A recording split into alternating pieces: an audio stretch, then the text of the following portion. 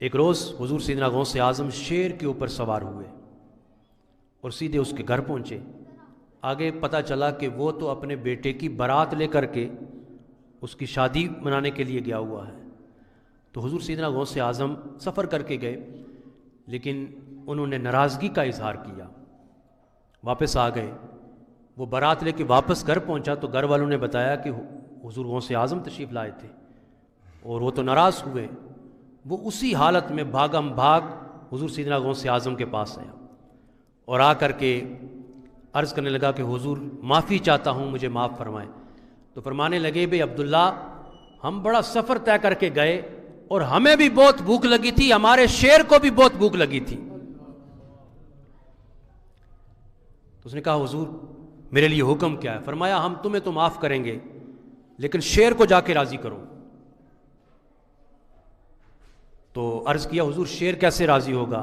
فرمایا تمہارے بیٹے کی قربانی لگے گی۔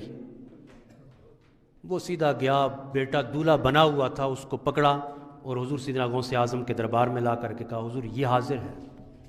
فرمایا اس کو شیر کے پنجرے میں ڈال دو۔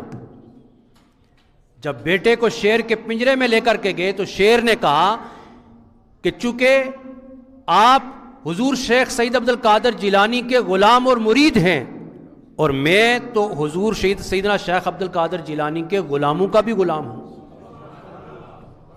یہ بتانا مقصود تھا کہ حضور سیدنا شیخ عبد القادر جیلانی صرف انسانوں کے لیے غوث نہیں ہیں بلکہ جانوروں کے لیے بھی غوث ہیں آپ۔ پھر ایسے ہوا کہ ایک روز وہی مرید عبداللہ وہ دیکھتے کیا ہیں کہ ان کی بیٹی چھت پہ گئی، واپس نہیں آئی۔ تو عبداللہ بھاگم بھاگ حضور سیدنا شیخ عبد القادر جیلانی کے پاس، حضور میری بیٹی چھت پہ گئی تھی، واپس نہیں آئی، جوان سال بیٹی تھی، میں نے بغداد کی گلیاں گھوم لی ہیں، تلاش کیا نہیں ملی ہے، تو میری عزت کا مسئلہ ہے، آپ دعا فرمائیں۔ فرمایا ایسے کرو کہ بغداد سے باہر جو جنگل ہے، عشاء کی نماز کے بعد اس جنگل میں چلے جاؤ، اور آدھی رات میں وہاں سے جنات کے قافلے گزریں گے، اور دائرہ کھینچ لینا ہے، اور دائرے کے اندر بیٹھ کر کے تو نے وظیفہ یہ کرنا ہے کہ بسم اللہ وعلی نیت عبد القادر، بسم اللہ وعلی نیت عبد القادر۔ فرمایا جب دائرہ کھینچ کے بیٹھ جاؤ گے، جنوں کے قافلے گزریں گے، تمہیں دیکھیں گے، ڈرانے کی کوشش کریں گے، تو نے وظیفہ نہیں چھوڑنا ہے اور دائرے سے باہر نہیں ہونا ہے۔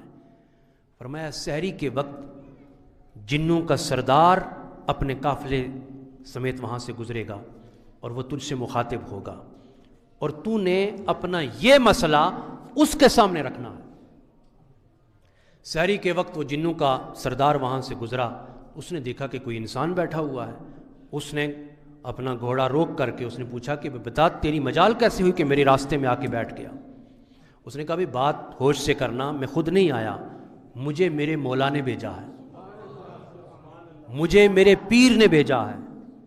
اس نے کہا میرے سامنے تو جنات جو ہے وہ پر نہیں مار سکتے، تیرا مولا اور پیر کون ہے؟ کہا میرا بھی کوئی پیر ہے۔ کہا نام بتا اس کا کیا ہے؟ کہا شیخ سید عبد القادر جیلانی۔ بس یہ نام سننا تھا تو وہ گھوڑے سے اترا اور سیدھا دوزانو ہو کے اس کے پاس بیٹھ گیا۔ کہنے لگا میرے پیر بھائی بتا، میرے غوث نے، میرے پیر نے کیا حکم بھیجا میرے لیے؟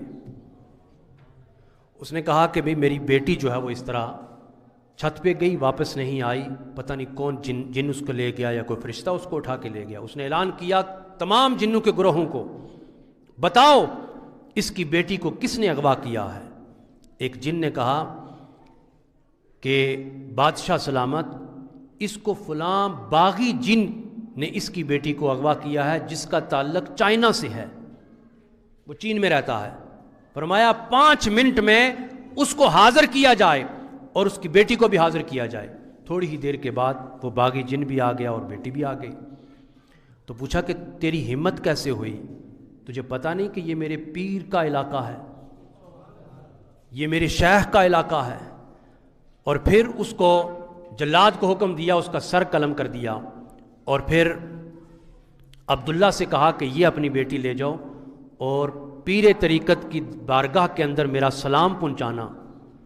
اور اس نے کہا کہ عبداللہ نے کہا کہ آج تک تو صرف میں یہ سمجھتا تھا کہ حضور غوث اعظم کا تصرف صرف انسانوں پر ہے، تو اس نے کہا کہ میں ان کا مرید ہوں، اور ایک بات بتاتا چلوں کہ یہ میرے ساتھ جو 7 بیٹے ہیں میرے، یہ 7 کے 7 حضور سیدنا غوث اعظم کے خلفاء ہیں۔ حضرات عزیز وقار، یہ کرامت ہے حضور سیدنا غوث اعظم رضی